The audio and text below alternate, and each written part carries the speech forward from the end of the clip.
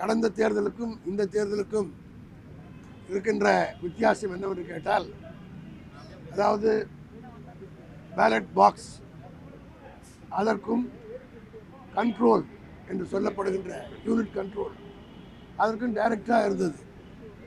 இதற்கு இடையிலே இப்பொழுது விவிபேடை கொண்டு வந்து வைக்க வேண்டும் என்ற ஒரு புது நிலையை கொண்டு வந்திருக்கிறார்கள்.